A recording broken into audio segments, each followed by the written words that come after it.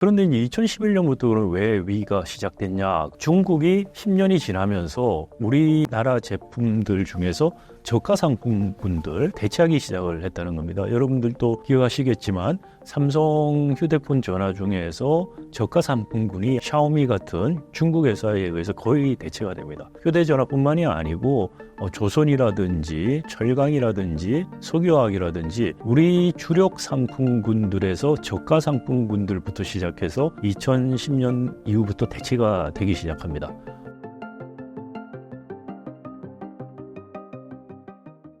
네, 안녕하십니까. 저는 서울대학교 행정대학원 교수로 재직하고 있는 박상인입니다.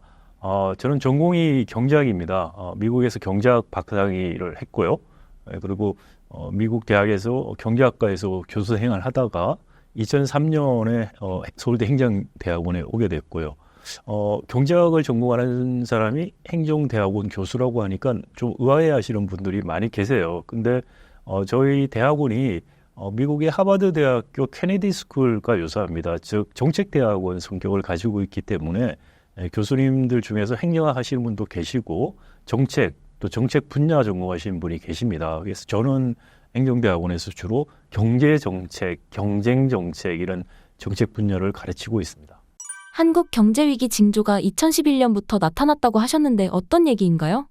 네, 사실 우리 경제가 1960년대부터 최소한 한 30년, 40년 지속적인 고도 성장을 했다는 것은 논란의 여지가 없는 사실입니다. 그리고 2차 세계대전 이후에 신생 독립국가들 중에서 우리 정도의 경제 규모를 가진 나라가 이처럼 지속 가능한 성장을 해서 제어개발 상태에서 탈피해서 선진국 수준까지 이르는 것은 사실상 유례가 없을 정도다라고 할 수가 있습니다. 그런데 이 성공적이었던 개발체제, 이른바 박정희 개발체제라고 할 수 있고, 이 박정희 개발체제는 정부 주도 재벌 중심 발전 전략이다 이렇게 볼 수가 있겠습니다. 이 정부 주도 재벌 중심 발전 전략이 저개발 상태에서 굉장히 잘 작동이 됐습니다. 그래서 97년 경제 위기가 오기 전까지는 상당히 경제 성장에 기여를 했고 성장을 이끌었다 평가를 할 수가 있어요. 그런데 이 정부 주도 재벌 중심의 발전 전략이 경제가 성장하면서 문제가 이제 드러나기 시작을 합니다.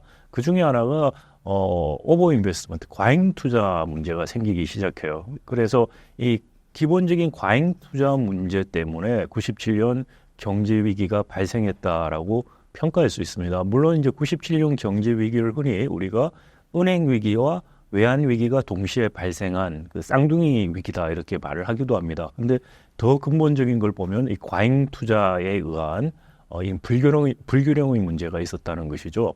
97년 외환 위기 이후에 사실은 한국 경제의 근본적인 체질, 즉 박정희 개발 체제를 바꿀 수 있는 좋은 기회가 있었습니다. 근데 또 불구하고 사실 근본적인 구조적 개혁은 못했고요. DJ 정부 때 빅딜 정책 같은 걸 통해서 어떻게 보면 빨리 위기를 극복하는 데 오히려 초점을 맞췄다는 거죠. 그래서 구조개혁보다는 위기를 빨리 신속히 극복하는 데 초점을 맞추는 정책을 썼고요.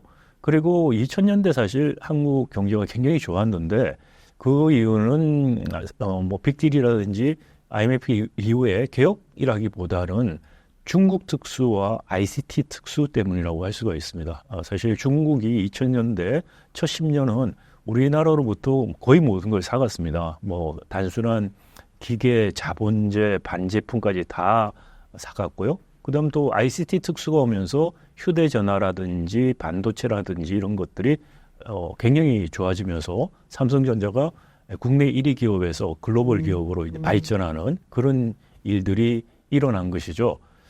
그런데 이제 2011년부터는 왜 위기가 시작됐냐 그러면 그동안에 박정희 개발 체제에서 누적됐던 모순들이 97년 위기로 터졌지만 거기에 대한 근본적인 개혁이 없었던 그런 부분들이 2000년대 첫 10년 동안은 외생적인 ICT 특수나 또는 중국 특수 때문에 사실 다 가려워졌었다는 거죠. 이제 그런 특수가 꺼지고 나니 내재적인 한계들이 이제 나타나기 시작했다는 게 가장 큰 이유고요. 그럼 두 번째는 중국이 10년이 지나면서 우리나라 제품들 중에서 저가 상품분들 이를 대체하기 시작을 했다는 겁니다. 여러분들도 기억하시겠지만 삼성 휴대폰 전화 중에서 저가 상품군이 한 2010년대부터 시작해서 샤오미 같은 중국 회사에 의해서 거의 대체가 됩니다. 휴대전화뿐만이 아니고 조선이라든지 뭐 철강이라든지 석유화학이라든지 우리 주력 상품군들에서 저가 상품군들부터 시작해서 2010년 이후부터 대체가 되기 시작합니다. 그게 이제 지금도 계속 일어나면서 저가에서부터 더 상품군들이 더 프리미엄 상품 쪽으로 자꾸 옮겨가고 있죠. 근데 거기에 비해서 우리는 산업의 진화가 단절되는 문제가 생겼다는 겁니다. 이 산업 진화가 단절된 것이 내재적인 박정희 개발 체제에서 재벌 중심의 발전을 하면서 일어난 내재적인 문제인데 이것을 우리가 제대로 개혁을 통해서 해결을 못해서 그 문제점이 저가 상품군에서 대체되면서 더 극명하게 나타났다는 것이죠. 우리가 사실 70년대, 80년대 경제 발전할 때 중국이 우리를 대체했던 것처럼 일본, 독일, 북유럽 국가들 상품군들, 저가 상품군부터 대체를 하면서 발전해 왔습니다. 이럴 때 일본이나 독일이나 북유럽 국가들은 이 산업 내에서 진화가 일어납니다. 즉 뭐냐면은 저가 상품은 한국한테 가격 경쟁이 안 되니까 뺏길 수밖에 없었던 거죠. 그러니까 이제 고부가 가치, 특히 이제 중간재 상품의 고부가 가치를 통해서 중간재 소부장 중심의 발전을 하기 시작하고 가격 경쟁이 중요한 법령제가 아닌 특수제 중심으로 바뀌기 시작합니다. 근데 산업 내에서 이 진화가 일어났는데 우리는 문제가 그런 산업 내에서 진화가 단절이 되었었다는 거죠. 그래서 훨씬 더 제조업 위기라는 것을 더 심각하게 2011년 이후에 느낄 수 있었다라는 것이고요.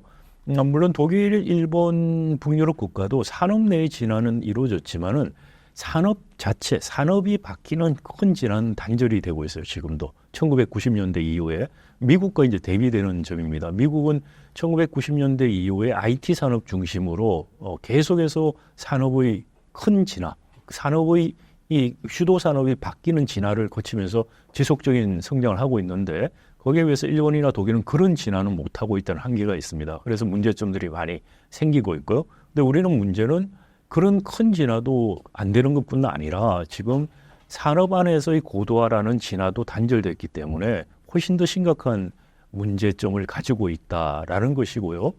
2011년 이후에 이 제조업의 위기라는 것을 우리가 여러 가지 지표나 수치를 통해서 확인할 수 있습니다. 제조업 성장률이 경제 성장률하고 거의 같아지기 시작해요. 그러니까 과거에는 경제 성장률보다 상회했습니다, 훨씬. 그래서 제조업이 한국 경제 성장을 견인한다 이런 이야기를 할 수 있었는데 2011년부터 보면 거의 없어져 버려요, 그게. 그리고 수익률 증가율이라든지 제조업의 경쟁력 지표들이 있는데 이런 것들을 다 봐도 경쟁력을 상실한다는 것을 알 수가 있습니다.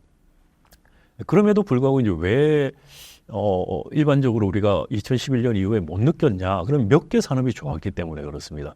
예를 들어서 2011년대 초반은 자동차나 스마트폰이 좋았어요. 그리고 2010년대 후반 가면은 우리가 반도체 특수가 왔죠.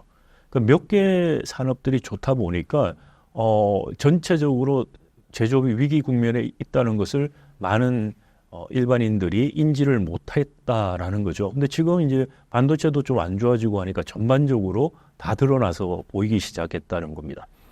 2010년부터 한 2021년까지 우리 10대 중화공업 산업, 이 10대 제조업이 한국 제조업의 거의 부가가치의 80% 이상을 차지합니다. 이 10대 중화공업 중에서 반도체를 빼고 계산을 해보면은 이게 뭐 상대적인 GDP 비중이 아니고 절대적인 매출액을 보더라도 늘지 않거나 좀 줄었어요. 그러다가 최근에 2021년, 22년에는 자동차, 전기차 좀 특수가 오고 그다음 석유와 코로나 이후에 특수가 오면서 늘어나면서 좀 늘긴 했습니다. 근데 반도체를 빼면은 사실 전반적으로 나머지 9개 산업들은 발전이 거의 없었다. 그러니까 없었다는 것은 상대적으로 퇴보를 했다는 거죠. GDP는 우리가 성장하고 있었는데. 제가 이제 그림 하나를 보여드릴 텐데요. 우리 수출 주도형 성장을 했고 수출 산업들이 제일 경쟁력 있는 산업이다 이렇게 평가할 수 있는데 지금 이 PPT를 한번 보시면은 이 수출 증가율의 OECD 자료입니다. 1991년에서 2001년 10년 그다음에 2001년에서 11년, 그 2000년대 첫 10년, 그다음에 2011년에서 17년 수출 증가율, 연 수출 증가율의 평균치입니다. 10년 평균치인데 90년대 마지막 10년을 보시면은 한국의 수출 증가율 평균이 OECD 평균의 한 2배 정도 됐어요. 그리고 2000년대 초반 10년을 보면은 한국이나 OECD 전반적으로 증가율이 감소합니다만 우리 증가율 감소가 낮아요. 그래서 OECD 평균의 2.5배 정도가 됐어요. 그런데 갑자기 2011년부터 보시면은 OECD 평균보다 줄어드는 정말 급격한 감소를 보여줍니다. 이게 이제 제조업 제가 말씀드렸던 위기가 수치로 우리가 가장 극명하게 볼 수 있는 예가 아닌가 생각이 됩니다. 그런데 왜 2012년도 아니고 2011년이 경제위기 징조일까요?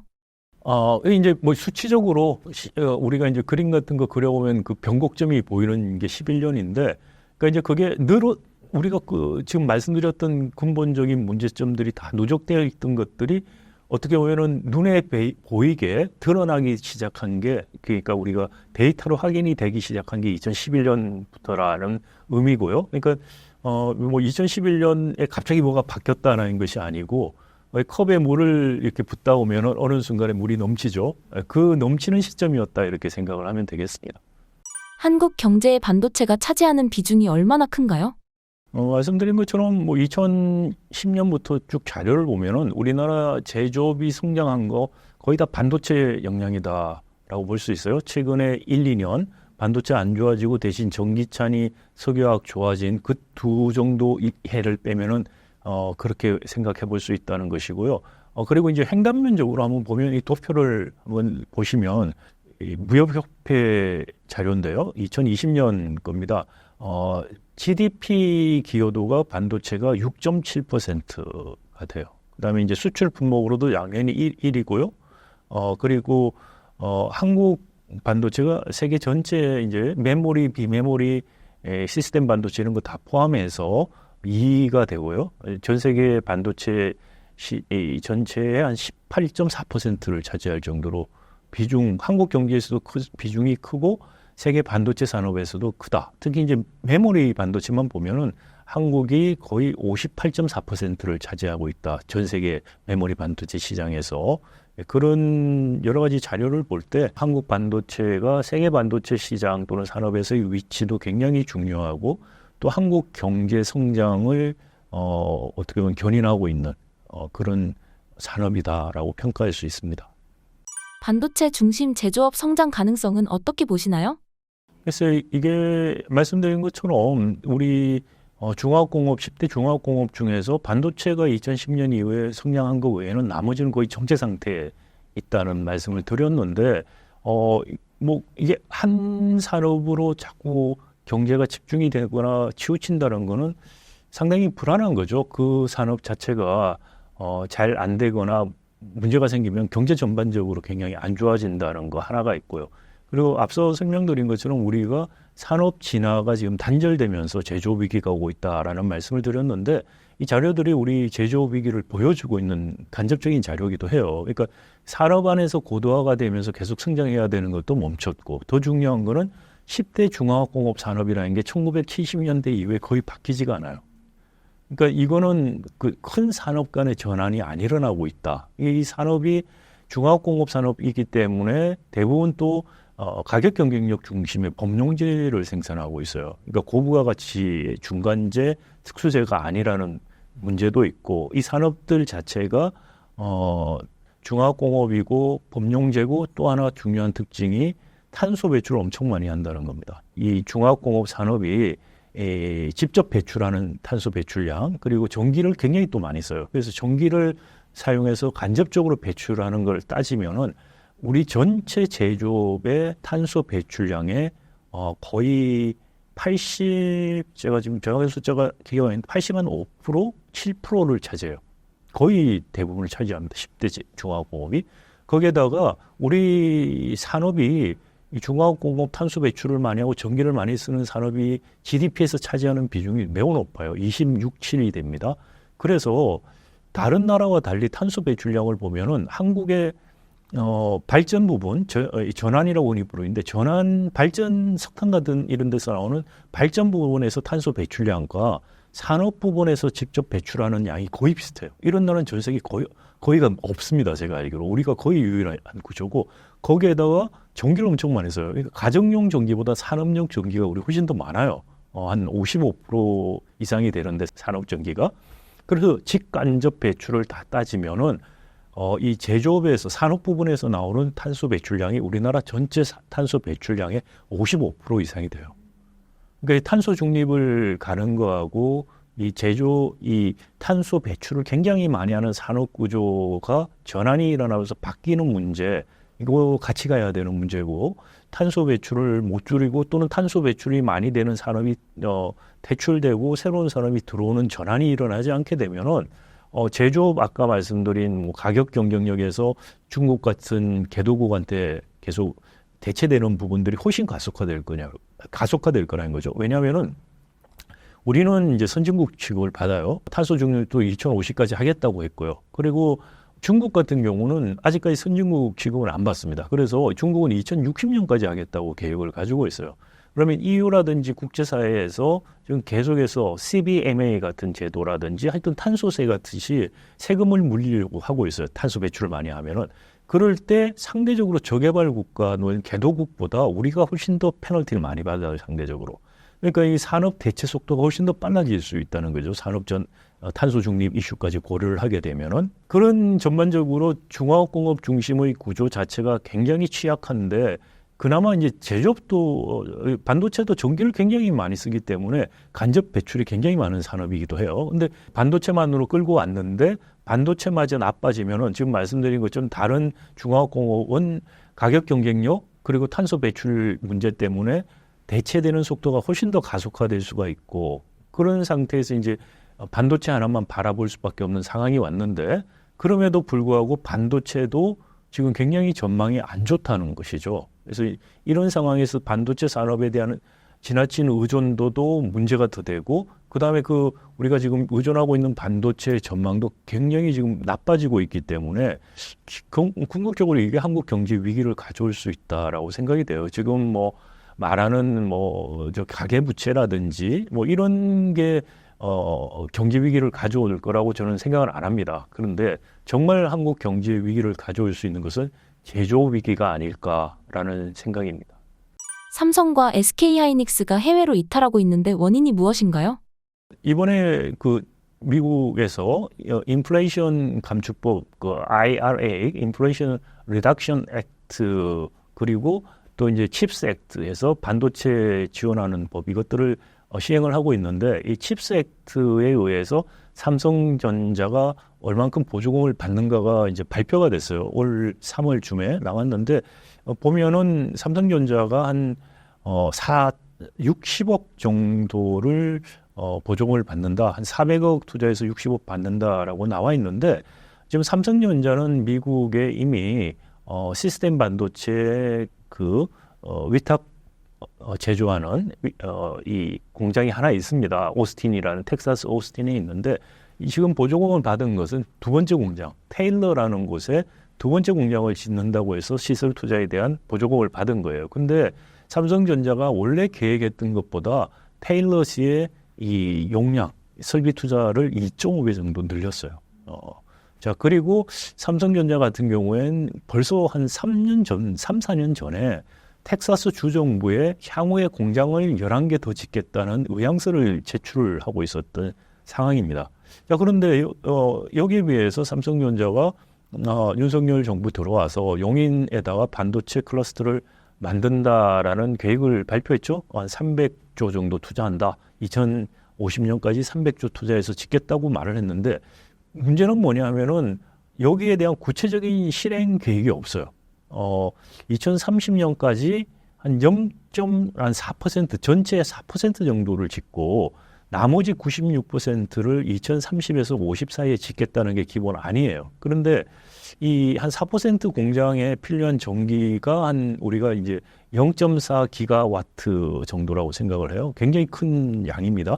보통 원전 하나가 1 기가와트를 생산한다고 보면 됩니다. 그래서 이 0.4 기가와트에 대한 전력 공급 계획도 불확실해요. 지금 정부는 뭐냐면은 LNG 발전소를 지어서 일단은 전력을 공급하고, 근데 우리 탄소 중립 간다고 해서 LNG는 없애겠다고 하는데 20년 그걸 돌리고 그 다음에 수소 발전한다고 이야기를 하고 있어요. 수소 발전이 가능할지 그것도 굉장히 의문스럽고, 또 하나는 수소 발전은 가장 비싼 발전 방식이에요. 왜냐하면 그린 수소를 재생에너지로 만들어서 그걸로 다시 발전하는 거예요. 그러니까 수소가 제일 비싼 사실 발전 방식이고, 수소는 그래서 재생에너지로 취급이 안 됩니다. 이걸 우리나라에서만 신자를 붙여서 신재생해서 수소를 집어넣는데 전 세계에 없는 개념이에요.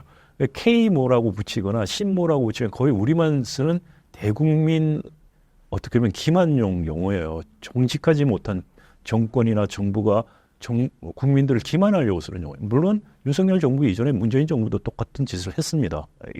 이건 우리 정치인들과 관료들의 공통적인 문제점이긴 합니다. 자, 하여튼 이 계획도 사실 말이 안 되는 것 중에 하나가 말씀드린 것처럼 LNG 발전소를 먼저 만들어서 땜빵을 20년 한다고 했는데, LNG 발전소가 경제성을 가지려면 50년을 가동해야 돼요. 그러니까 경제성이 전혀 없는 계획이에요. 근데 2030년은 그렇다고 치더라도 문제는 2030년에서 50년 사이에 대규모 투자가 원래 한다고 약속은 되어 있는데 거기에 전력 공급 계획이 없어요. 그러니까 전력을 공급하려면 30기가와트 정도를 공급해야 되는데 윤석열 정부가 말한 건 원전을 지어서 보내겠다는 거였어요, 처음에는. 그런데 원전을 그러면 한 30기를 지어야 돼요.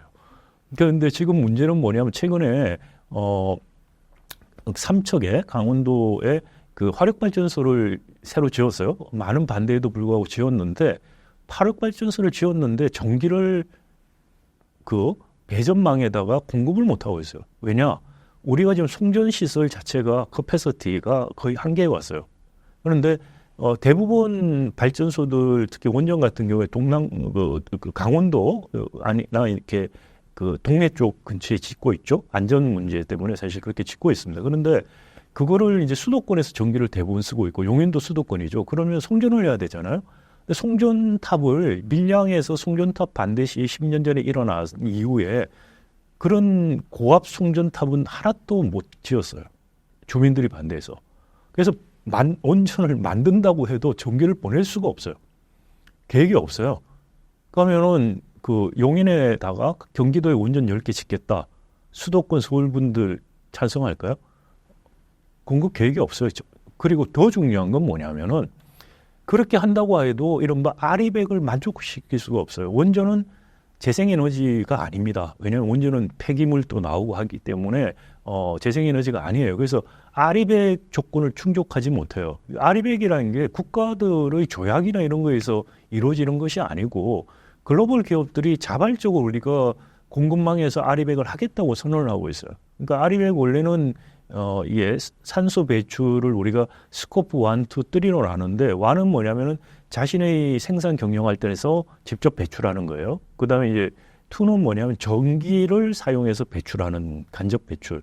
3는 뭐냐면은 자기가 직접 생산하고 이렇게 경영 활동하는 거 외에 자기와 관련된 공급망 전방에서 나오는 거예요. 그러니까 부품 소재 같은 걸 만드는 기업이 탄소 배출을 했다. 그럼 스코프 3 배출량에 들어가요. 그다음 자기 제품을 받아서 생산하는 때 배출을 했다. 그것도 스코프 3예요. 그다음 마지막에 폐기까지 하게 되죠, 제품. 그러니까 폐기까지 모든 공정에서의 탄소 배출을 우리가 스코프 3에 집어넣어요.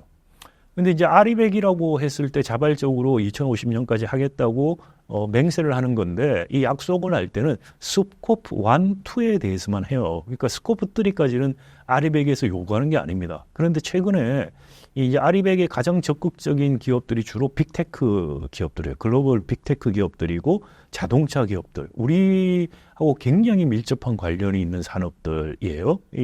이런 특히 빅테크 기업들이 어떤 이야기를 하고 있냐면은 자기들에게 부품을 공급하는 회사들이 2030년까지 아리백을 하라는 걸 요구를 하기 시작해요. 애플이 이제 대표적인 경우고요. 어떤 경우에는 이제 2040년까지 부품을 40% 50% 정도는 다 아리백을 한 것만 받겠다라는 이야기를 하고 있어요. 대부분 한국의 반도체를 사들이는 글로벌 빅테크 기업들이 그런 정책들을 이미 발표했어요. 그다음 최근에는 ASML이라고 우리 이제 익숙한 이름이 됐는데 네덜란드에서 이제 반도체 장비 업체죠. 거기서 장비를 못 사면은 첨단 반도체를 만들 수가 없는 갑 중의 갑인 회사예요, 사실. 그 회사가 2040년까지 아리백을 안 하면 장비를 안 판다는 이야기를 했어요. 물론 이게 안 판다는 건지 장비를 나중에 판다는지 불확실하다는 말을 하지만 하여튼 2040년까지 우리 장비를 쓰려면 아리백을 하라고 지금 작년에 이미 이야기를 했어요. 그러면 삼성전자가 용인에서 아리백을 할 수 있냐는 거예요, 지금. 전기도 공급이 안 돼요. 아리백 할 가능성 없어요, 제가 보기에. 전혀 없어요. 그러면 결국은 삼성은 거기에서 용인에서는 뭔가를 하겠다는 어떤 구체적인 계획도 내놓지 않고 텍사스의 투자는 더 늘리겠다고 지금 이야기하는 게 현실이에요. 그러면 아리백을 하라는 요구를 어떻게 충족시키려고 할까? 생각하면 간단하죠. 미국에 공장을 지어서 거기서 아리백, 미국에서 삼성전자 공장은 다 아리백을 하고 있어요, 이미. 그래서 미국은 아리백하기 좋은 환경이니 거기서 하겠다라는 거예요. SK 하이닉스 같은 경우도 문재인 정부 때 용인에 이제 K 반도체 벨트 하면서 삼성하고 또 SK 하이닉스가 공장 짓겠다고 약속을 했죠. 그때 이제 SK 하이닉스가 한 6년 전에 사실 공장 한 4개 정도를 기공을 했었어야 됐어요. 근데 공사를 시작을 해야 되는데 지금 공사를 안 하고 있어요. 6년 동안. 그러면서 하는 말이 이게 전기를 자기들이 열병합 발전소를 만들어서 전기를 대게 하고 거기서 나온 열은 팔아서 수익을 올리게 해달라는 조건을 내걸고 있어요. 근데 SK 하이닉스의 4개 공장에 대해서는 LNG 발전소 계획이 이미 다 있었어요. 그래서 전기 공급 자체에 문제가 있었던 건 아닌데 열병합 발전소 하게 해달라는 핑계로 6년째 안 하고 있어요. 그런데 SK 하이닉스 원래 어떤 발표를 했느냐? 요즘 AI 칩 때문에 핫한 HBM 고대역폭 메모리 칩이라는 건죠. 이거는 이제 반도체를 만든 거를 이렇게 쭉 어떻게 보면은 하나로 이렇게 패키징하는 거예요. 후공정이라고 우리 말하는 패키징하는 기술인데 이것을 엔디아나에 공장을 만들겠다고 발표를 했어요. 그러니까 용인에서는 지금 6년 동안 공장 안 짓고 있다가 갑자기 미국 가서 짓겠다고 발표를 했어요. SK 하이닉스도 재생에너지 사용 비율이 매우 낮습니다. 삼성전자는 국내에서 재생에너지 사용 비율이 3%밖에 안 돼요. 전 세계에서는 삼성 공장 전 세계 다 합친 20%예요. 미국이나 중국이나 유럽, 일본에서는 다 아리백을 하고 있어요. 우리만 안 하고 있어요. SK 하이닉스 더 심각하고요. 자, 그런데 이제 삼성전자하고 우리가 흔히 이제 그 이야기하는 그 경쟁기업 TSMC가 있죠. 대만의 반도체, 시스템 반도체 위탁 생산하는 기업입니다. TSMC는 2023년 9월, 작년 9월에 무슨 이야기를 했냐면은 자기들은 대만에서 최첨단 반도체를 만들겠다. 가장 첨단 반도체는 대만에서 만들겠다. 그리고 원래 아리백을 2050년에 하겠다고 한 거를 10년 땡겨서 2040년까지 대만에서 재생에너지 100%로 생산하겠다. 그리고 2030년까지는 재생에너지 60%를 쓰겠다. 지금 말씀드린 글로벌 빅테크들의 요구 조건을 대만 공장들이 만족시키겠다고 말을 했어요. 말만 한 게 아니고 20년 이상 장기 재생에너지 공급 계약을 맺었어요. 그래서 대만 해협에 있는 해상풍력을 통해서 전기를 받아들이고 태양광 발전들 설치해서 받아들이고 계약을 내버렸어요. 그러니까 장기적으로 전기 수요가 굉장히 늘어나게 될 텐데 거기에 맞춰서 자기들 용량에 맞춰서 필요한 재생에너지 확보하는 계약을 했어요. 이미. 그러니까 TSMC가 대만에서 재생에너지를 써서 반도체 만들 거라는 것은 거의 우리가 확신할 수 있는 이야기가 됐죠. 그래서 TSMC는 미국이나 일본에서 공장 짓는 걸 뭐라고 합리화시키냐면은 대만에서 재생에너지 사용해서 할 수 있는 양이라는 것이 한계가 있기 때문에 나머지는 미국하고 일본에서 짓겠다. 그렇지만 가장 최첨단 반도체는 대만에서 만든다라는 걸 발표했어요. 우리나라 삼성전자 이재용 회장, SK 하이닉스 최태원 회장 그런 말 한 적 한 번도 없습니다. 한국에서 최첨단 반도체 만들겠다는 말 한 번도 한 적 없어요. 용인에서 돈을 얼마 쓴다는 공수표만 날렸죠. 근데 실제 행동은 뭐냐면 그냥 미국 가서 하겠다는 거예요. 그렇게 되면 어떻게 될 것인가? 아까 지금 반도체가 2010년 이후에 그나마 한국 제조업을 견인하고 있었다고 했는데 최첨단 반도체 시설은 미국에 가는 거예요. 그러면 여기는 레거시 반도체만 남아요.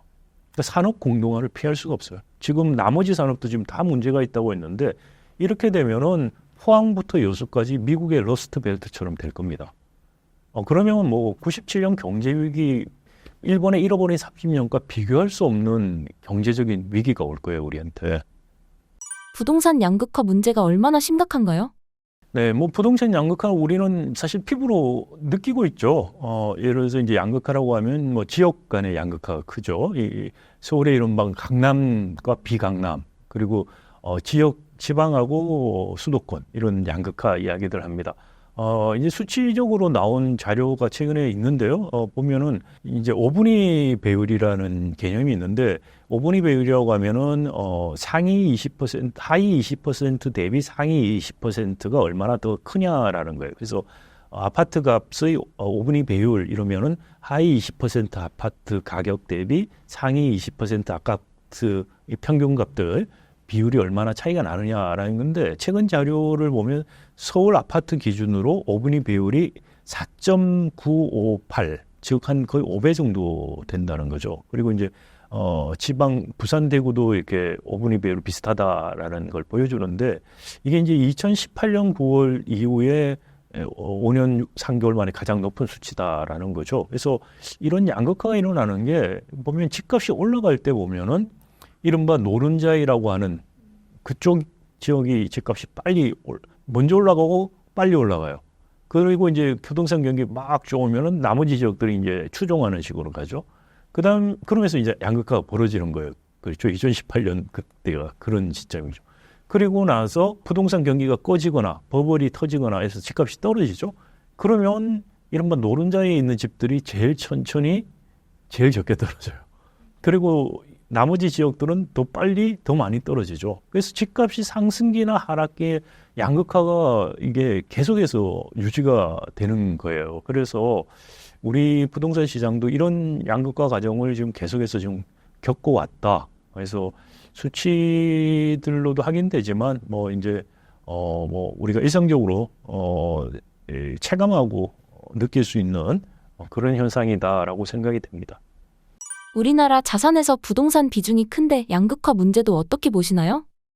사실 우리가 이제 양극화를 이제 측정할 때 소득을 가지고 할 수도 있고 자산 가지고 측정해 볼 수도 있어요. 근데 소득의 양극화 지표는 나빠졌다가 약간 일정한 수준에서 지금 유지가 돼요. 기본적으로 보면은 한 1980년대부터 자료를 보면은 90년대 중반까지는 이렇게 이런 낙수 효과 같은 게 있었어요. 그래서 불평등이 완화되면서 성장하면서 불평등이 완화됐는데 90년대 중반부터 성장도 지체되면서 오히려 양극화와 불평등이 더 심화가 되는 걸 볼 수가 있어요. 그런데 2000년대 중반부터는 이제 재분배 정책들을 더 하기 시작하면서 뭐 기초연금이라든지 이런 게 들어오고 하면서 이런 그 불평등도 양극화 정도가 더 나빠지지는 않았어요. 그래서 소득 부분은 덜 나빠졌는데 문제는 뭐냐면은 2000년대 이후에 자산 양극화가 훨씬 심각하게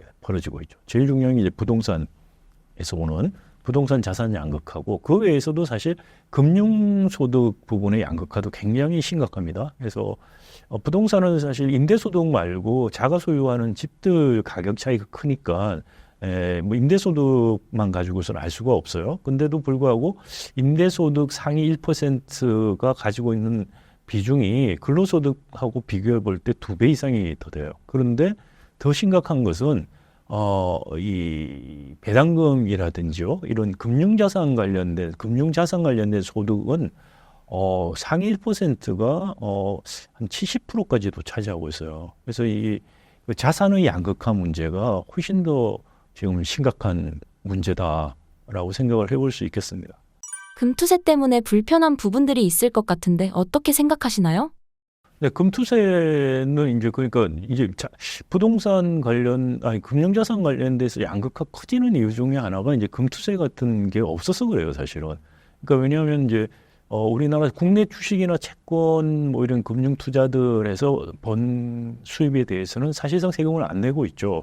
뭐 전 세계적으로 금융시장에 발달한 미국부터 유럽 국가들 다 포함해서 금투세에 없는 나라는 없어요. 우리만 지금 과거에 자본시장을 육성한다는 명분으로 금투세를 면제를 시켜줬던 거고요. 그래서 지금 많은 왜곡들을 주고 있죠. 예를 들어서 외국 주식을 사면은 이제 세금을 내고 또 일정 수익이 나면은 그 종합과세가 되죠. 이자도 마찬가지죠. 은행에 저축을 하게 되면은 몇 퍼센트, 20%인가요? 세금을 내고 그리고 나서 2천만 원 이상이 되면은 또 종합과세를 받게 됩니다. 그리고 배당도 마찬가지예요. 배당도 소득세가 한 14.5인가 아마 그 정도일 걸로 알고 있는데 그리고 2천만 원 넘으면은 종합과세를 해요. 그런데 국내 주식을 사고 팔아서 생기는 양도소득에 대해서는 과세를 안 하는 거예요. 자, 그래서 어떤 문제가 생기느냐? 단타를 엄청나게 하게 만드는 거예요. 그러니까 사람들이 많은 직장인들이 단타 쳐서 내가 한 달 동안에 월급 버는 것보다 재수만 좋으면은 세금도 안 내고 그냥 돈을 번다라고 하게 되죠. 그런데 이제 많이 몰리게 하는 건데 이게 이제 정의 높지도 않고 효율적이지도 않아요. 사람들이 열심히 일을 하면은 세금을 많이 내고, 그죠? 근로소득세는 예를 들어서 상당히 우리가 세율이 높은 편이라고 지금 생각하고 있는데 거기에 비해서 금융소득이라든지 이런 데는 상대적으로 세금이 굉장히 낮아요. 부동산 임대도 마찬가지고. 그러니까 이런 면에서 정의롭지도 않고 또 개인들이 시간을 어디에 투자하는가에 대한 유인을 잘못 주는 면에서 효율적이지도 않은 거죠. 그래서 이걸 세금을 도입을 해야 되는데 이게 벌써 2년 전에 도입이 사실 1년 작년에 사실 도입됐어야 되는 건데 이게 2년 유예가 됐죠. 그래서 이제 내년부터 이제 도입하게 되는 건데 내용을 들여다보더라도 도입하는 단계이기 때문에 굉장히 약하게 도입을 하는 편이에요. 왜냐하면은 5천만 원까지 공제를 해줘요. 그리고 나서 5천만 원에서 3억 사이에 20%를 내는 겁니다. 그리고 3억이 넘으면 25%가 돼요. 근로소득세하고 생각해 보시면은 근로소득세 과세 표준 5천만 원 되면 24%인가 그래요. 그런데 여기에 비해서 25%인가 되는데 세율이 낮죠. 그다음에 5억 24%인가 됩니다. 근데 5억 3억 이상 되면은 아까 이제 25%가 된다 그랬는데 근로소득세는 3억 이상이 되면은 40%가 돼요. 그러니까 지금 제출돼 있는 이 금투세 자체도 사실은 근로소득세보다 훨씬 더 세율이 낮아요. 이건 정의롭지도 않고 효율적이지도 않아요. 그래서 갑자기 세율을 너무 높게 도입하게 되면 좀 혼돈이 올 수가 있죠. 예, 그래서 세율을 좀 낮게 시작하고 공제액도 굉장히 넓게 시작합니다. 그리고 하나는 이게 뭐 부동산 시장 난리가 나는 것 같이 자꾸 말씀하시는 분들이 계시는데 정부 자료를 보더라도 작년에 5천만 원 이상 이렇게 수익을 올린 분이 한 전체 투자자의 1%에 불과합니다. 그러니까 이게 세금을 내도 1%인데 1%도 안 낼 거라고 생각해요. 저는. 왜냐하면은 주식 경기도 그다지 안 좋은 것도 있지만 두 번째 더 중요한 거는 이거는 번 거에 대해서 세금을 내는 게 아니고 순수한 이익에 대해서 내는 거예요. 지금 주식을 투자하고 뭐 거래하다 보면 돈을 딸 때도 있고 이럴 때도 있잖아요. 그러면 1년에서 돈을 자기가 이득을 본 거하고 손해를 본 거 있으면은 손해 본 걸 차감한 순수하게 번 게 5천만 원이 넘어야 됩니다. 그리고 거기에 또 뭐냐면은 손실금을 5년 이월을 할 수가 있어요. 그러니까 5년 전까지 잃었던 것들을 이번에 여기 공제를 받기 위해서 쓸 수가 있어요. 그러니까 실제로 1%에 해당하는 사람도 아닐 거라고 생각이 돼요. 그리고 이거는 이제 기관 투자자가 이미 우리는 많습니다. 외국보다는 적지만 기관 투자자한테는 해당되지 않아요. 기관 투자자는 이미 법인세 형태로 내고 있습니다. 세금을. 그렇기 때문에 한국 주식시장에 미칠 영향이 굉장히 클 것이다라는 것은 매우 과장된 이야기고요. 오히려 이게 뭐 장기 투자 우리 안 하고 단타 많이 쳐서 문제다 이런 말을 하는데 뭐 배당은 세금 내고 갖고 있으면 배당 받을 때 세금 내고 매매해서 단타 쳐서 이익을 내면은 세금을 안 내는데 당연히 단기 단타 치는 걸 부추기는 세금 제도죠. 그런 면에서도 바람직하지 않다. 그래서 금투세 도입할 필요가 있고 다만 이제 어느 정도 그 5년 2월 기간 시작점을 도입 첫 해에 어떻게 잡아줄 것이냐 뭐 그런 세부적인 기술적인 부분들을 한 번 더 면밀히 검토해 볼 필요가 있고 잘못된 정보에 의해서 이렇게 시장에서 패니킹 일어나는 거는 막을 필요가 있다는 거예요. 윤 대통령 같은 경우에 뭐 또 대만에서 이거 도입할 때 50% 갑자기 올린다고 해서 발표했더니 주가가 38% 빠지고 그래서 뭐 대만이 포기한 거를 이야기를 드셨는데 도입한다고 이야기했을 때 주식시장 변화 없었어요. 우리나라 보통화 됐을 때. 그리고 유예한다고 했을 때도 별 변화 없었어요. 그다지 지금 경험에 대만은 그리고 갑자기 50% 세금을 때린다고 했거든요. 우리는 지금 5천만 원 공제에 20% 세금을 매기고 그리고 지금 이런 서학개미 외국에서 이제 하신 분들도 다 합산해서 할 수가 있게 돼요. 그런 의미에서 정말 이른바 소액 투자자들은 손해 볼 게 없어요. 그리고 이거를 세금을 내게 하는 대신에 증권거래소 자체는 계속 낮출 방향입니다. 그러니까 모든 전문가들이 늘 했던 말이 금투세하고 증권거래소는 낮추고 이 방향으로 가야 된다. 보수적인 분들도 다 그건 동의한다고 그랬는데 막상 도입하자니까 다 딴소리하고 계세요 지금. 그건 뭐 굉장히 좀 바람직하지 않은 전문가로서 그렇게 바람직하지 않은 이야기들을 하시는 거고 자기 이해관계가 있거나 뭔가는 모르겠지만 굉장히 호도하는 이야기들을 굉장히 언론이나 이런 데를 통해서 많이들 하고 계시다. 이거는 도입될 필요가 있고 이렇게 이게 도입이 돼야지 기본적으로 과세 원칙이 근로에 대한 노동에 대한 과세가 가장 약해야 돼요. 그런데 우리는 지금 근로소득세가 제일 세요. 그다음에 부동산 임대, 부동산의 이득에 대한 세금, 그죠? 부동산 투자해서 뭐 운이 좋아서 정말 평생 자기가 직장 생활에서 돈 벌을 돈을 집 하나 사서 버는 사람 많이 있어요, 제 주위에. 그 번 사람조차도 이게 세상이 제대로 된 거냐라고 말을 해요.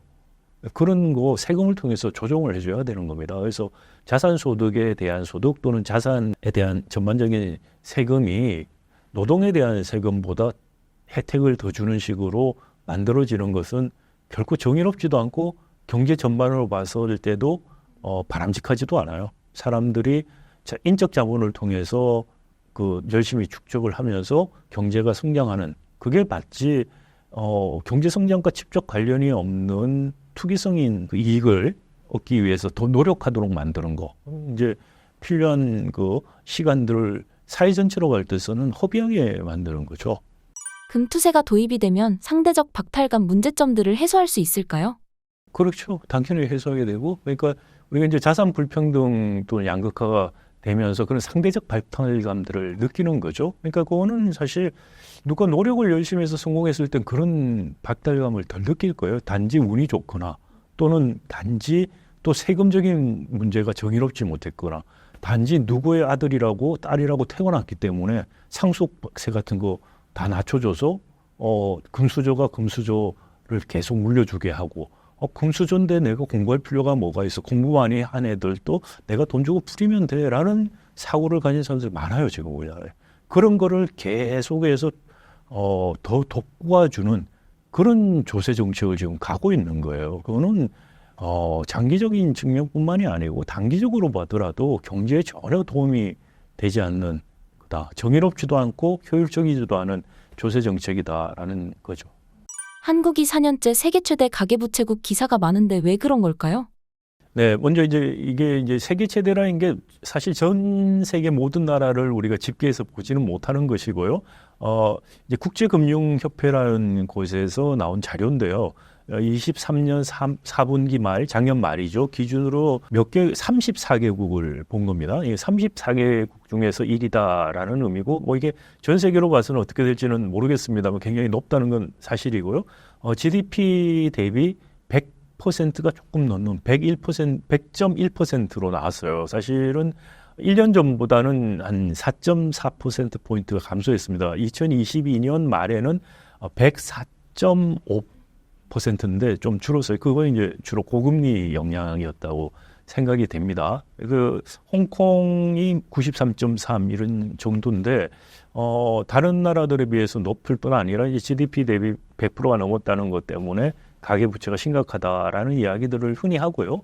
IMF 같은 국제기구도 이제 한국 가계부채가 높다는 이야기들을 지속적으로 했습니다. 그래서 국내에서도 이제 가계부채가 위험하다, 가계부채 때문에 금융위기 같은 거 오는 게 아니냐 그런 이제 논의도 많이 있었던 건 사실입니다. 그런데 저는 사실 가계부채 문제가 심각하지 않다는 말씀을 드리는 건 아니지만 가계부채가 우리가 어떻게 보면 이른바 관리되지 않을 수준이다라든지 가계부채 때문에 과거에 2008년에 서프라임 모기지 사건 때문에 미국이나 유럽 금융위기가 시작됐던 그런 금융위기가 우리가 시작될 것이냐라고 할 때는 아니다라고 제가 말씀을 드립니다. 그래서 이게 높다는 거는 맞지만 이게 위험한 것이다라고 평가하기엔 이르다라는 것이죠. 이유는 이제 여러 가지가 있겠습니다만 제일 큰 이유가 우리나라 이제 가계부채가 높은 제일 큰 이유, 또 우리나라 가계부채의 대부분을 차지하는 게 주담대라는 거예요. 주택담보대출을 해서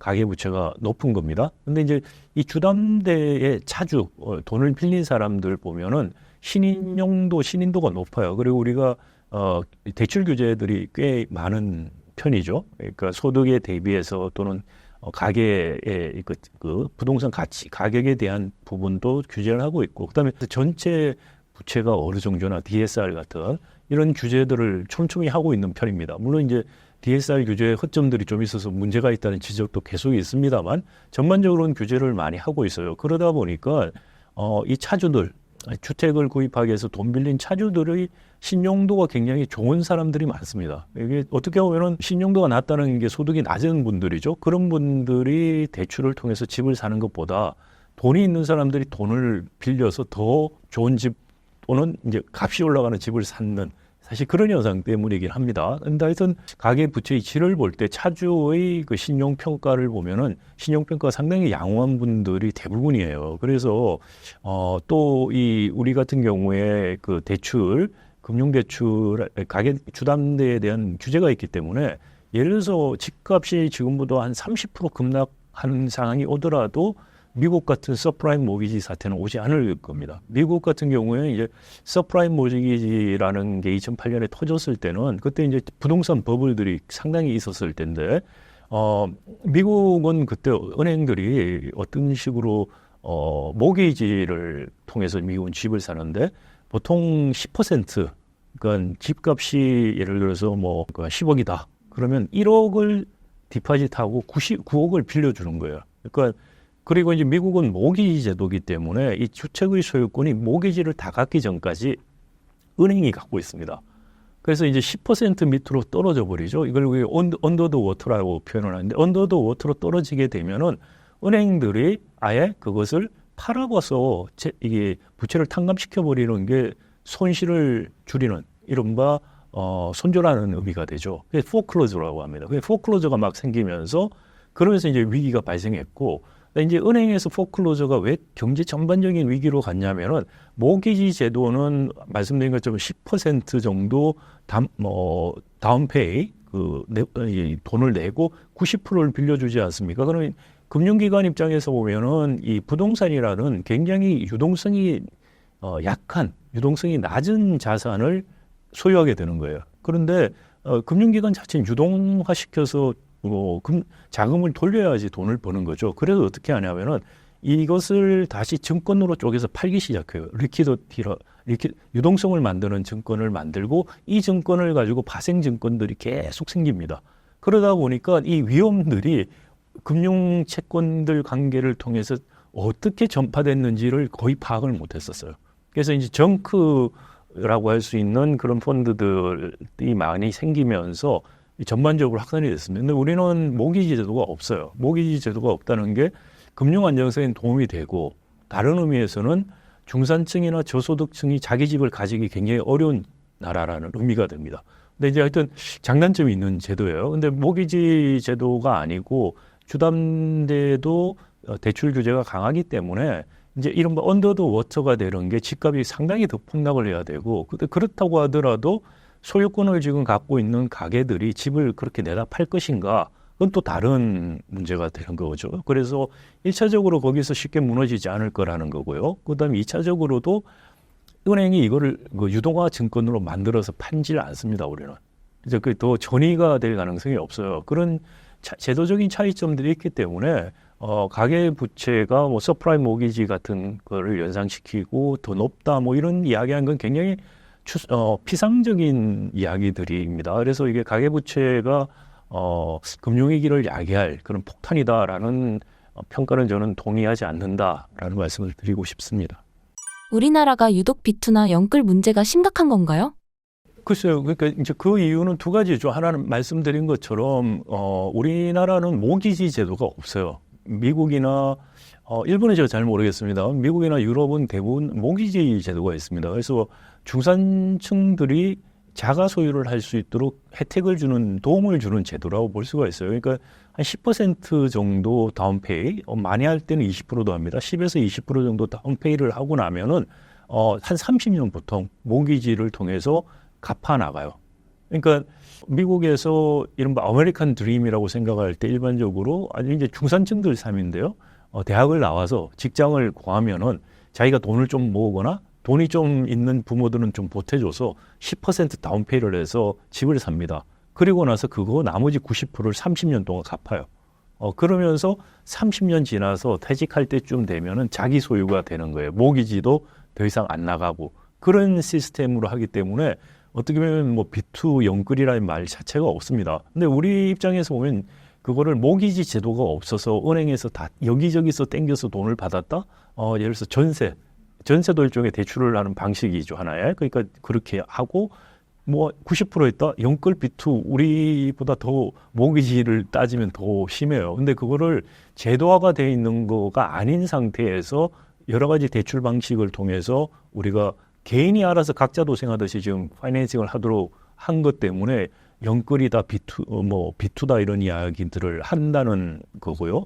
두 번째는 이렇게 되는 게 사실은 그동안에 우리나라 그 아파트 가격, 특히 주택 가격들이 계속해서 올라갔습니다. 이게 60년대 이후에 경제 성장하면서 계속해서 부동산 값이 올랐고 성장률보다 특정 지역의 부동산 값은 훨씬 더 가파르게 올랐어요. 그러다 보니까 전세 제도라는 게 우리가 생기기 시작하는 거예요. 그러니까 모기지 제도 같은 게 없어서 생긴 측면도 있고요. 또 하나는 이 값이 부동산이 계속해서 빨리 올라가다 보니까 이것을 미리 전세를 해서 그러니까 전세도 일종의 파이낸싱하는 방식이죠. 프라이빗한 파이낸싱을 하는 방식이죠. 그래서 전세를 하고 은행에 대출을 받고 그리고 나서 집값은 더 올라가니까 더 돈도 벌게 되고 하는 식의 어떻게 보면은 자기가 살고 싶은 집을 모기지라는 제도권의 도움이 없기 때문에 이런 방식 전세와 그다음에 대출을 다 주담대 받고 어떤 식으로 해서 가치가 올라가고 하면 돈도 벌고 하는 그런 게 이제 계속해서 우리는 있었던 것이죠. 그러다 보니 어떤 경우는 모기지 제도가 없기 때문에 주택값이 올라가는데 내가 이러다가 집장만 못하겠다고 해서 무리하게 이른바 비투, 영끌 이런 걸 할 수도 있고요. 또 어떤 경우는 주택값이 올라갈 것 같으니까 투기적인 목적으로 이렇게 하기도 하는 것이죠. 그래서 뭐 요약해서 다시 말씀을 드리면 비투 영끌이라는 것을 긍정적인 표현으로 지금 쓰지 않는 이유는 대부분 어떻게 보면은 무리한 대출을 받았다는 측면이 하나 있고, 그다음에 두 번째는 집값이 계속해서 상승할 것이라 그래서 투기적인 목적이든 실거주 목적이든 그런 예상하에서 집을 샀는데 실제로 집값이 올라가지 않거나 내려가면서 이제 문제점들이 생기면서 비투 영끌 이야기들이 있다는 겁니다. 그래서 지금 모기지 제도가 없어서 생기는 문제이기도 하지만 또 한편 집값이 떨어질 때는 모기지 제도가 아니라서 경제 전반적인 금융적인 불안정성에 대한 우려 이런 것들을 덜 수 있는 그런 측면이 있다라는 말씀을 드릴 수 있겠습니다. 우리나라 부동산 문제가 일본의 버블 경제와 유사하다고 하는데 어떻게 생각하시나요?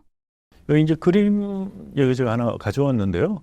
1950년대부터 해서 일본의 2020년 지나서 최근까지의 이 레지덴셜 프로퍼티 프라이스 인덱스, 그러니까 우리로 쳐치면 주거용 부동산 가격 인덱스인데요. 보시면 잃어버린 30년 시작하는 1990년까지 쭉 올라가서 이게 이제 터지면서 버블이 터지면서 2010년까지 계속 쭉 떨어져요. 그러다가 최근엔 다시 조금씩 올라가는 이제 추세를 보이죠.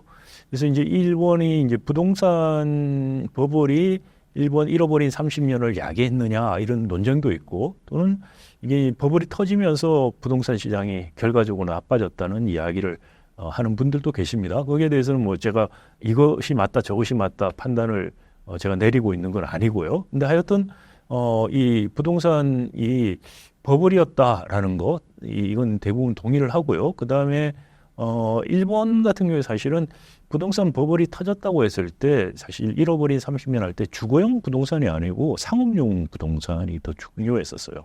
그럼에도 불구하고 이제 일본이 그래서 부동산 버블 터지는 게 침체를 야기했다고 주장하는 분들도 상업용 부동산이지 주거용 부동산은 아니었다는 거고요. 그래서 주거용 부동산은 이제 경기가 나빠지면서 계속 떨어졌다는 게 더 저는 맞는 게 아닌가라는 생각이 들고 일본 같은 경우 인구 문제도 겹쳐서 특히 이제 그 교외 지역에 많은 아파트 이런 거 지었던 것들 값이 굉장히 떨어졌죠. 그래서 거기 이제 빈집들도 생기고 하는 그런 문제가 생겼고요. 그래서 우리도 이제 일본과 비슷하게 일본보다 어떻게 보면 더 심각하게 저출산 고령화 문제가 생기는 인구 문제 때문에 향후에 이제 비슷한 패턴이 일어나지 않을까라는 이제 하나의 우려가 있고요. 또 두 번째는 부동산 값이 굉장히 많이 올랐기 때문에 이게 이제 버블처럼 터지지 않을까라는 이제 두 가지 측면의 우려가 있는 것 같아요. 그래서 첫 번째 우려 부분은 상당히 우리가 앞으로 주택 공급 계획 같은 거 할 때 굉장히 조심을 해야 될 부분이다라는 말씀을 드리고 싶고요. 두 번째 부분, 이게 너무 많이 올라서 버블이 터질 것이냐라는 부분은 사실 판단하기 좀 쉽지는 않아 보여요. 그러니까 이게 버블 터질 건지 아닌지는 조금 더 지켜봐야 될 필요가 있다라는 생각이 들고요. 단지 이제 좀 더 중장기적인 관점에서 보면은 이 부동산 가격에 영향을 미치는 수요 요인이 한 세 개가 있고 공급 요인이 있어요. 근데 이 수요 요인이 제일 중요한 게 이자율이에요. 이자율이 장기 대출을 받기 때문에 수요에 굉장히 영향을 주게 되죠. 또 하나가 이제 경기에 대한 전망이에요. 그러니까 집값이 상승할지 여부에 대한 기대 심리죠. 이런 것들 경기 전망이 중요하고 마지막으로 이제 인구 구성이죠. 인구가 줄어든다라든지 가구 수가 줄어든다든지 이런 문제들이 있으면 수요가 위축이 되는 거죠. 근데 지금 우리 이제 부동산 우리만 아니고 사실 전 세계적으로 2008년 때 한번 부동산 버블 터지고 그리고 나서부터 이렇게 또 계속해서 집들 값이 올랐어요. 대도시들 중심으로 많이 올랐는데 그래서 버블이냐는 논쟁이 거기도 계속 있기는 있습니다. 그래서 우리만의 현상은 일단 아닌데 그때 제일 컸던 이유가 저금리 때문에 그래요. 저금리. 근데 지금은 전 세계적으로 이제 고금리로 돌아섰고 향후에 그러면 2008년 이후부터 있었던 초저금리 시대가 다시 올 것이냐? 오기 쉽지 않아 보여요. 그 상식적으로 큰 경제적인 어려움이 오지 않는 이상은 그런 일이 다시 일어날 것 같지는 않다라는 거고요. 그렇게 되면은 금리 측면에서 부동산 값이 계속 올라갈 요인들은 현저히 떨어진다는 게 있고요. 두 번째는 이게 경기 전망인데 한국 경제 성장률이나 전 세계 경제 성장률 전망이 과거보다 안 좋아요. 결국은. 그래서 경제가 계속 성장해서 부동산 값이 올라갈 것이다. 이것도 사실 아닌 것 같다는 생각이 들고.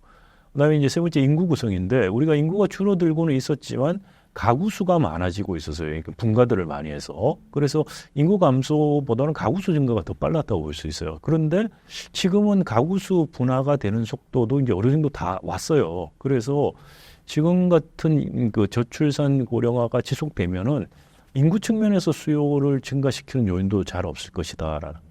그래서 향후에 수요 측면에서 볼 때는 그다지 부동산 값이 많이 올라갈 것 같아 보이지는 않는다라는 거고요. 이제 공급 측면인데 공급 측면에서 보면 지금 부동산 경기가 나빠지니까 갑자기 윤석열 정부가 다시 부동산 부양할 수 있는 정책들을 쓰기 시작하죠. 그런데 문제는 뭐냐면 PF 대출 같은 것들 문제가 있잖아요. 그러니까 PF 대출 문제 때문에 공급 지금 어떻게 보면 기공이나 착공되는 아파트 같은 게 많이 줄고 있어요. 그래서 제가 예상하기로는 최소한 한 3년에서 5년 사이에는 부동산 값이 반등을 갈 가능성이 크다. 그것도 이제 아파트 그다음에 양극화는 더 심화될 것이다. 그 고급 아파트 중심으로 더 반등될 가능성이 크다는 것이고요. 그렇지만 이 공급 요인이 그때 이후에 이제 잦아들면서 장기적인 수요 요인 때문에 장기적으로 봐서는 이제 부동산 가지고 그렇게 돈 벌고 하는 거는 쉽지 않아졌다라는 생각이 듭니다. 그런데 이것이 이런 뭐 약간의 경착륙이든 연착륙이든 이런 방향으로 갈 것 같은데 버블과 같은 급격한 식의 그 경착륙이 일어날 것이냐 거기에 대해서는 저는 확신이 없고 저는 가능성은 낮다고 생각합니다. 그러면 일본의 버블 경제처럼 심각하지 않다는 말씀이신가요? 그렇고 하진 않다는 생각이 들어요. 네. 근데 한 가지만 하면은 정말 부동산 버블처럼 심각한 문제가 온다면은 제가 말씀드린 것처럼 2030년 이후에 본격적으로 우리나라의 러스트 벨트가 되면은 그때는 정말 그런 외생적인 위기라는 충격 때문에 부동산 굉장히 나빠질 수 있다는 거죠. 미국의 이제 러스트 벨트가 일어난 지역의 가장 큰 특징 중에 하나가 부동산 경기가 완전히 바닥을 치는 거예요. 공가도 생기고 가치도 떨어지고 그런 일들이 벌어지거든요. 그런 일들, 그게 어떻게 보면 사실은 부동산 측면에서 볼 때도 우리가 탄소 중립 아리백 이행 실패하고 산업 공동화가 일어나느냐가 저는 오히려 그게 정말 부동산 경착륙 내지 버블이 터지고 많은 버블이 터진다고 하면 위기가 오는 거죠. 위기가 오는가 여부에 가장 중요한 요인이 아닐까 싶습니다. 우리나라 부동산 정책에는 문제점이 없을까요?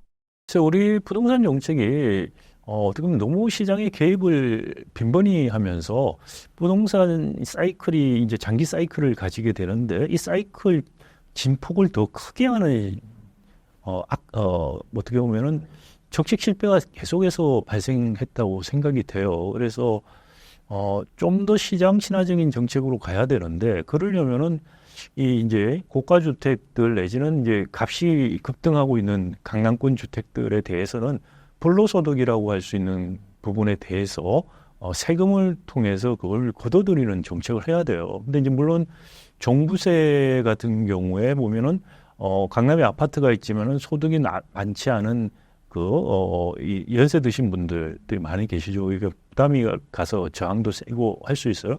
그런데 그래서 제가 이제 최근에 이제 주장하는 게 부동산 초과이득세를 만들자는 거예요. 그 뭐냐면은 부동산 자산으로 인정해서 평균 수익률 3에서 5% 정도 계산을 해서 그 정도 가격 오른 거는 정상적인 이윤이라고 생각을 해서 세금을 면제해주고 그리고 이제 부동산 취득해서 최종적으로 팔 때 그 차액 그게 이제 양도소득세로 일부 나가고는 있죠. 근데 이제 그 차액 자체가 지금 말씀드린 것처럼 양도소득세, 재산세 이런 거 빼고 종부세는 그러면 이제 없어져도 저는 된다고 생각을 합니다. 그리고 빼고 나서 그리고도 차익이 있다면 그게 초과이윤이라는 거죠. 초과이득이 되는데 그 초과이득은 세금으로 걷어들이자는 거예요. 그러니까 세금을 걷어들이되 이것을 부동산을 사고 팔고 그러면 해서 이렇게 더 좋은 집 옮겨가는 거 막을 수 있다는 이제 이야기를 할 수가 있게 되는데 그래서 과세 이연을 해주면 된다는 거예요. 과세 이연을 해주고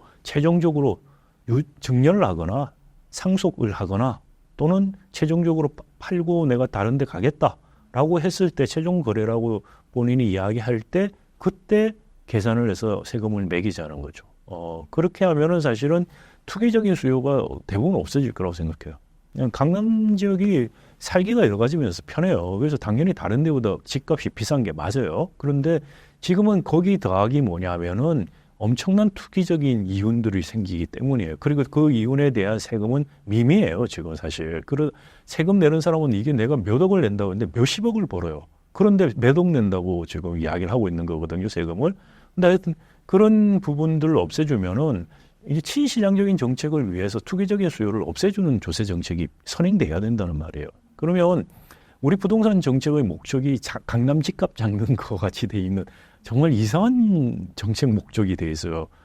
그러면 강남 집값을 정부는 신경 쓸 필요 없어요. 시장이 이제 알아서 그 좋은 주거 환경에서 오는 만족감에 대한 가치가 평가가 되는 거죠. 그리고 정부가 해야 될 것은 뭐냐면 앞으로 이제 부동산 경기가 옛날 같지 않으면은 전세제도 점점 없어질 거예요. 그러면서 연끌할 수도 없어요. 이제 그렇게 되면은 그러면 중산층들이 자가 소유하는 게 점점 어려워질 수 있어요. 그래서 미국이나 유럽이 모기지 제도를 도입한 거예요. 그래서 우리도 모기지 제도 도입해서 중산층 자가 소유할 수 있는 걸 뒷받침해 줘야 되고 다만 모기지 제도가 금융위기를 유발할 수 있는 취약성이 있는 거를 보완할 수 있는 모기지 제도가 필요하다. 예를 들어서 이거를 유동화시켜서 다시 쪼개서 팔 수 있는 거는 어른도 제한을 둬야 된다는 생각이 들어요. 그런 정책들이 좀 필요하고 그다음에 이제 공급 정책은 주로 주거 취약계층들한테 공급 정책을 해야 된다고 생각이 돼요. 그래서 주거 취약계층들은 정부가 공급 정책 위주로 정책을 가져가고 중산층은 수요 측의 모기지 정책 그리고 고가 주택에 대해서는 부동산 초과 이득세 이렇게 도입을 하면은 저는 주동산 시장이 정말 친시장적으로 시장의 기능이 살아나면서 정말 적절한 가격이 뭔가가 형성이 될 거라고 생각이 되고요. 그렇게 되면은 부동산이라는 것이 장기 사이클이 있어서 진폭이 있게 되지만 지금같이 정책 개입 실패가 일어나면서 진폭을 키우고 난리가 나고 하는 그런 일은 없을 것이다라는 생각이 듭니다. 그 PF 대출 문제 조금만 더 말씀을 드리면 PF 대출이 지금 이게 뭐 폭탄이다, 뭐 폭탄일 가능성이 커요. 근데 이제 문제는 PF 대출 문제가 최악의 경우로 가더라도 이게 경제 위기가 오고 할 수준은 아니다라는 이야기를 드리고 싶습니다. 뭐 이제 금융당국도 이게 다 관리 가능하다는 말을 하는데 물론 이 PF 대출 문제가 관리가 안 돼서 피해가 오면 그걸 세금으로 거의 다 메꾸게 돼 있어요. 그런 면에서 여전히 문제가 있고 이런 실패를 반복하는 금융당국에 대한 엄중한 책임을 물어야 돼요. 정책적, 정치적 책임을 물어야 됩니다. 그럼에도 불구하고 이게 경제 위기가 워낙 금융 위기로 갈 것 같지는 않습니다. 예를 들어서 2011년 이때쯤 돼서 11년, 12년쯤에 그 저축은행 사태라는 게 터졌죠. 그게 이제 PF 대출 때문에 터진 거예요, 기본적으로. 그때 사실 연체율이라든지 이런 것들을 보면 지금보다 훨씬 나빴어요. 그리고 그때는 은행들이 많이 몰렸어요. 그래서 정부가 사실 공적 자금을 상당히 많이 투입을 했죠. 그래서 한 20조인가 투입하고 반 정도도 회수를 못했을 거예요.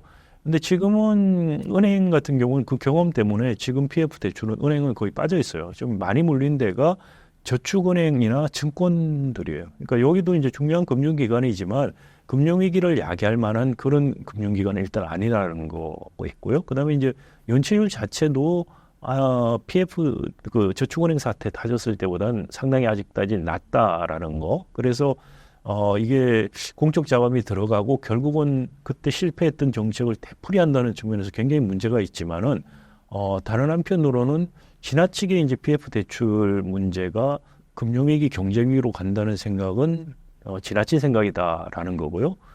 단지 말씀드린 것처럼 이게 중기적인 3년에서 5년 사이에 부동산 공급에 영향을 줘서 부동산 가격이 그때 다시 한번 반등할 수 있는 요인이 될 수는 있다는 생각입니다. 신사임당 시청자분들을 위한 한마디 부탁드릴게요. 신사임당 애청자분께 처음으로 인사를 드렸습니다. 제가 사실 제 개인 유튜브를 하고 있는데요. 박상인의 경제브릿지라고 하는 유튜브입니다. 이 경제브릿지에서는 주로 주제 하나를 가지고서 한 20분, 30분 심층 분석하는 조금 더 강의 스타일이 되는데요. 그런 내용입니다. 아마 신사임당에서 여러 가지 주제들을 접하시게 될 텐데 조금 더 관심 있게 심층 분석하는 주제들 이런 거 관심이 있으신 분은 제 박상인의 경제브릿지도 같이 많이 애청해 주시면 감사하겠습니다. 감사합니다.